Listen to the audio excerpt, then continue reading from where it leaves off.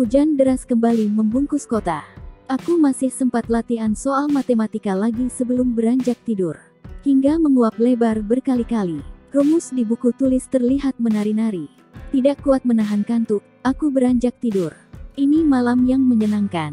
Setelah sepanjang hari gerah, udara malam terasa dingin, suara hujan terdengar seperti lagu Nina Bobo. Aku memasang posisi tidur paling nyaman. Semoga mimpi buruk itu tidak datang lagi. Enyahlah jauh-jauh. Aku memejamkan mata. Dengan cepat jatuh tertidur. Jam demi jam berlalu. Lelap, nyenyak. Pukul 2 dini hari. Hujan di luar sana menyisakan gerimis. Aku tetap tidur. Pukul 3 dini hari. Semua masih aman terkendali. Pukul 5 pagi. Semua baik-baik saja. Hingga aku terbangun.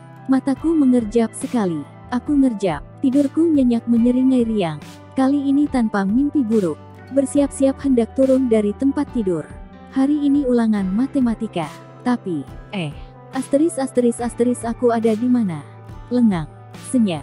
Di sekitarku gelap, mati lampu. Bukankah cahaya lampu dari luar atau ruang tengah akan masuk ke kamarku? Aku hendak bangkit duduk. JDUT, kepalaku terantuk sesuatu. Sejak kapan ada sesuatu di atas tempat tidur? Hendak beringsut ke samping. JDUT, kepalaku terantuk lagi. Dinding kamar. Bukankah ranjangku diletakkan di tengah kamar? Tidak ada dinding di sisinya. Aku segera menyalakan pusaka sarung tangan matahari. Astaga! Berseru kaget. Ini bukan kamarku. Seruanku terhenti seketika. Ini mimpi buruk. Aku belum bangun. Dan kali ini lebih buruk dibanding sebelumnya. Aku tidak berada di ruangan gelap tiada bertepi itu. Aku sekarang berada di kotak sempit. Kiri, kanan, atas, dinding. Kepalaku juga membentur dinding. Telapak kakiku juga dihalangi dinding. Aku seperti berada di dalam peti. Lebih tepatnya peti mati. Jantungku berdetak kencang. Napasku menderu. Aku terbujur di dalam peti mati. Tanganku meninju dinding di atasku. Buk, tidak ada tanda-tanda dinding itu akan rusak. Aku menggeram. Buk, meninju lebih kencang. Itu cukup untuk meruntuhkan dinding beton sekalipun. Tapi dinding kotak yang mengunciku sama sekali tidak bergerak. CTAR. Aku menyambarnya dengan petir. Mataku silau. Dekat sekali petir biru itu menyambar. Aku tidak peduli jika petir itu akan memantul mengenaiku. Yang penting dinding ini hancur, aku bisa keluar. Sia-sia. Dinding itu seperti menyerap petirku. Lenyap. Aku menggeram, berteriak, mengirim petir terkuat. CTAR. Tetap sama. Petir itu lenyap diserap dinding peti mati. Aku konsentrasi penuh, berusaha merobek dinding itu dengan teknik terakota. Jangankan bergerak, bergetar semili pun tidak. Aku mulai panik, napasku tersengal, peluh menetes deras. Apa yang harus kulakukan? Aku ada di mana? TOLOONG. Aku berteriak, TOLOONG. Aku berteriak lagi. Siapapun di luar sana, tolong keluarkan aku dari dalam peti mati ini. Dan masalahku bertambah. Cahaya dari sarung tanganku mulai padam. Tidak, jangan sekarang. Aku berseru. Sekitarku mulai remang. Tolong, jangan padam sekarang. Terlambat. Gelap total. Bayangkan situasinya, aku berada di dalam peti mati, tidak bisa bergerak leluasa, dengan sekitar gelap. Napasku semakin menderu. Jantungku berdegup kencang. Aku semakin panik. Sejenak, udara mendadak hilang. Tenggorokanku tercekik. TOLOONG. Suaraku hilang di ujungnya. Megap-megap. Kesulitan bernapas. Tubuhku menggelepar di dalam peti, seperti ikan dilemparkan ke atas tanah. Terantuk dinding-dinding. Aku menggeram, aku harus mengeluarkan teknik apapun, berusaha bertahan. Sekali lagi aku berusaha berteriak. Asteris brak. Aku terjatuh. Aduh, Sally, kenapa lampunya padam lagi? Mama berseru dari dapur. Mama lagi tanggung sekali bikin sayur oseng. Gimana ini? Papa yang sedang membaca beranjak meletakkan koran pagi. Dapur dan ruang makan gelap. Terdengar suara ketukan di pintu kamar. Iya, Pa, aku berseru. Pintu nongol. Terbuka sedikit. Kepala Papa, kamu baik-baik saja, Sel. Aku masih terkapar di lantai. Beranjak duduk, memegang dahiku yang terantuk lagi. Papa melangkah masuk. Kenapa kamu jatuh dari tempat tidur? Atau kamu memang tidur di lantai? Aku baik-baik saja, Pa. Papa memperhatikanku, menghela napas pelan. Bisa tolong nyalakan lampunya, Sel? Aku mengangguk, menjentikkan jari. Listrik rumah kembali menyala. Tapi lampu di kamarku tetap padam. Sepertinya beberapa lampu putus saat aku tidak sengaja melepas kekuatan dunia paralel saat mimpi buruk tadi. Ayo, rapikan kamarmu, lantas bergabung ke meja makan. Sebelum Mama tambah mengomel. Kamu sudah 2 kali mengganggu terakhir. Papa tersenyum. Maaf. Aku menyeringai sambil mengangguk. Segera membereskan kamarku saat Papa kembali melangkah menuju pintu kamar. Mama memasak 2 hari *****. Mama tambah mengomel. Bukan hanya lampu putus, kompor listrik, kulkas, juga peralatan dapur lain ikut rusak. Mama terpaksa menyiapkan sarapan dengan apapun yang bisa digunakan. Papa yang biasanya selalu riang, selalu santai atau selalu membelaku, ikut mengomel. Mobil Papa juga mogok persis saat mau dipakai berangkat ke kantor. Jadilah sejenak aku jadi jumper untuk aki mobil. 15 menit, mobil itu akhirnya bisa digunakan lagi. Aku menumpang mobil Papa, biar cepat sampai di sekolah. Kamu kehilangan kendali kekuatan dunia paralel itu, Sel? Papa bertanya, sambil menyetir. Tidak kok, Pak. Aku menggeleng. Tapi kenapa kamu membuat listrik padam? Nanti malah listrik tetangga ikut padam. Kan repot menjelaskannya. PLN datang, mereka memeriksa. Sebenarnya, aku mimpi buruk, Pak. Aku memutuskan berterus terang. Sepertinya saat berusaha bangun, aku refleks melepas kekuatan itu. Papa menoleh. Lampu merah, mobil berhenti sejenak. Ada masalah di dunia paralel, Sel? Papa bertanya lembut tersenyum. Tidak ada, Pak. Betulan. Aku menggeleng. Mungkin karena 2 minggu ini kekuatanku kembali pulih sejak hilang di Sagaras, mimpi buruk itu datang. Papa menatapku, mengangguk. Itu masuk akal. Kekuatanmu sudah pulih 100%. Belum, tapi semakin membaik. Aku menjawab. Aku selalu cerita kepada Papa dan Mama soal petualangan itu. Termasuk kejadian di Sagaras. Itu yang membuat Mama dan Papa selalu percaya kepadaku setiap aku hendak pergi ke dunia paralel. Aku tidak menutupi sesuatu, atau kalau aku simpan, pada akhirnya aku bicara terus terang. Papa masih menatapku, kembali tersenyum. Kamu pasti bisa melewati apapun, Sally. Kamu petarung klan matahari, bukan? Yang paling hebat. Aku ikut tersenyum. Begitulah Papa, selalu antusias soal dunia paralel. Bahkan saat aku cerita tentang gurita raksasa, atau bintang laut sebesar gunung, atau lumpuh, si tanpa mahkota, petarung-petarung jahat, bagi Papa itu seperti di film-film fantasi, dan aku superhero-nya, akan selalu menang. Pak, aku menunjuk. Iya, lampu hijau. Oh, Papa menyeringai, bergegas kembali ke kemudi mobil, sebelum mobil di belakang menekan klakson tidak sabaran.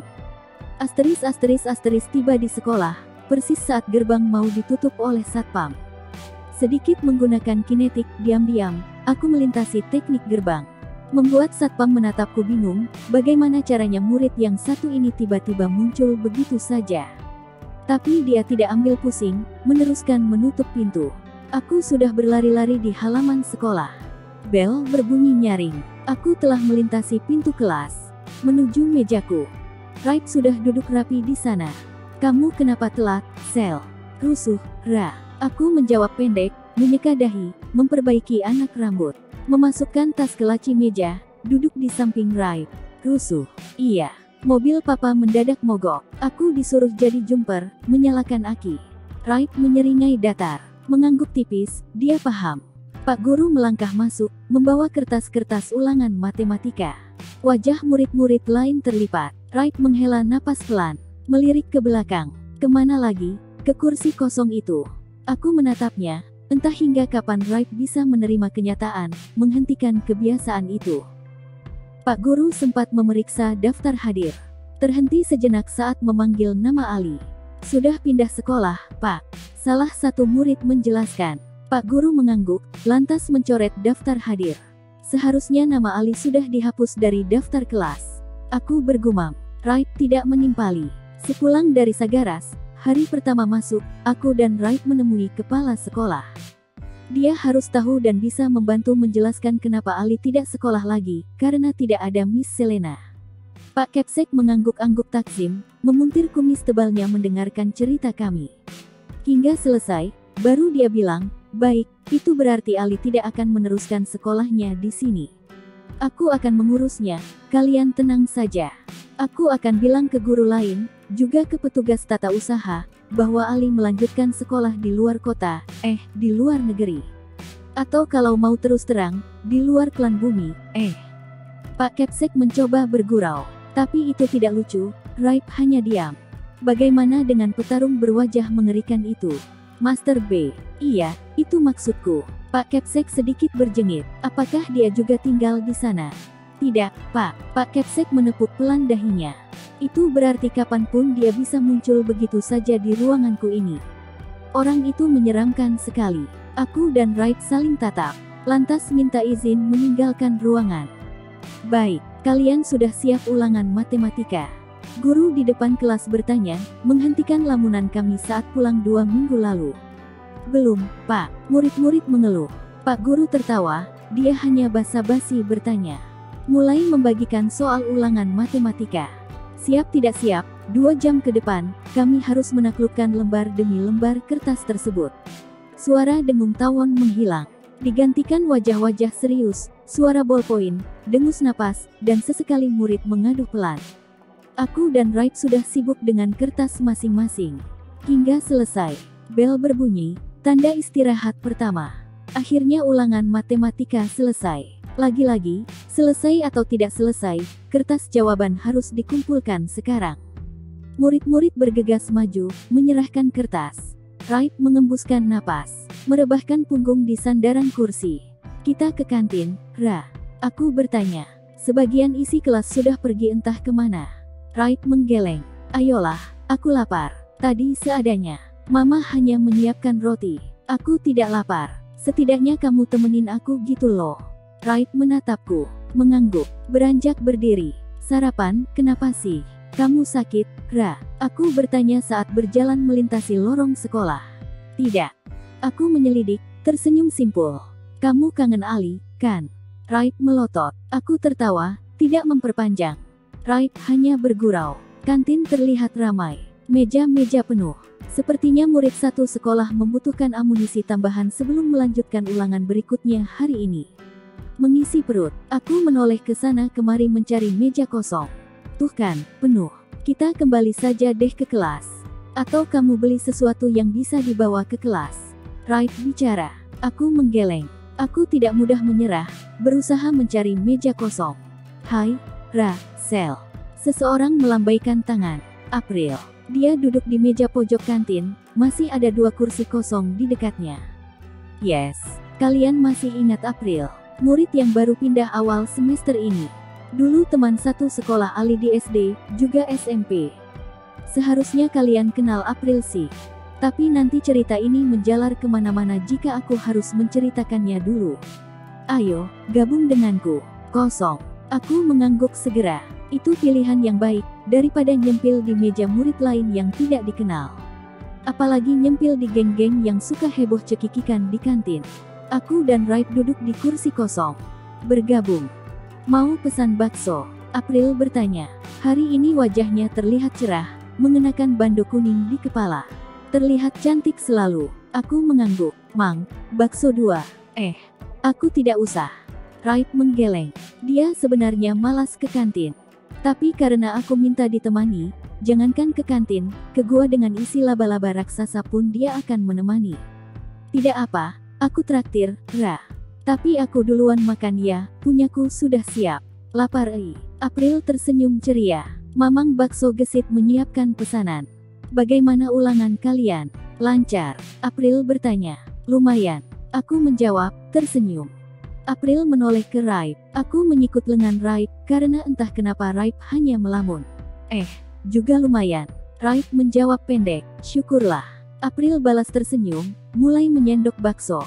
Lengang sejenak, langit-langit kantin ramai oleh percakapan murid lain. Boleh aku bertanya sesuatu, April? Aku menatap April, mengisi waktu kosong menunggu bakso. Ya, tentu boleh. Masa harus izin, Sel? April tertawa pelan. Aku ikut tertawa. Dari semua murid di sekolah ini, sepertinya hanya kamu yang tidak bertanya-tanya kemana Ali pindah. Wright yang awalnya tidak tertarik dengan percakapan, ikut memasang kuping. Itu benar. Sejak 2 minggu lalu, saat Pak Kepsek bilang ke guru-guru bahwa Ali pindah sekolah, lantas guru-guru bilang ke murid, kabar itu menyebar ke sekolah, nyaris semua murid bertanya-tanya. Itu juga benar, Ali itu biang kerok, suka mengganggu murid lain, semua nilainya merah, sering bolos, tidak serius sekolah. Tapi dia tetap murid yang populer, karena dia jago main basket. Dia andalan sekolah. Maka semua orang sibuk ingin tahu, siapa tahu anak itu pindah ke sekolah saingan. Atau malah dapat beasiswa jadi atlet top di luar negeri. Ali punya banyak fans di sekolah. Tapi April tidak, dia terlihat santai. Seperti sekarang, santai, menyendok kuah bakso.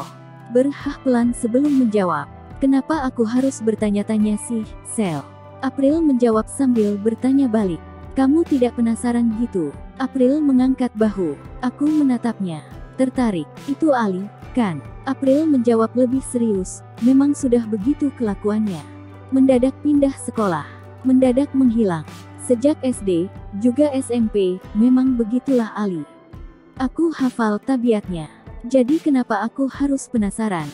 Tenang saja, besok-besok juga ketemu lagi kok. Sejauh apapun dia pergi, semisterius apapun Ali, dia baik-baik saja dan pasti kembali. Wah, itu jawaban yang sangat meyakinkan. Aku sampai termangu. April bisa seyakin itu. Andai para fans Ali bisa seperti April. Andai Wright juga punya keyakinan sebesar itu juga.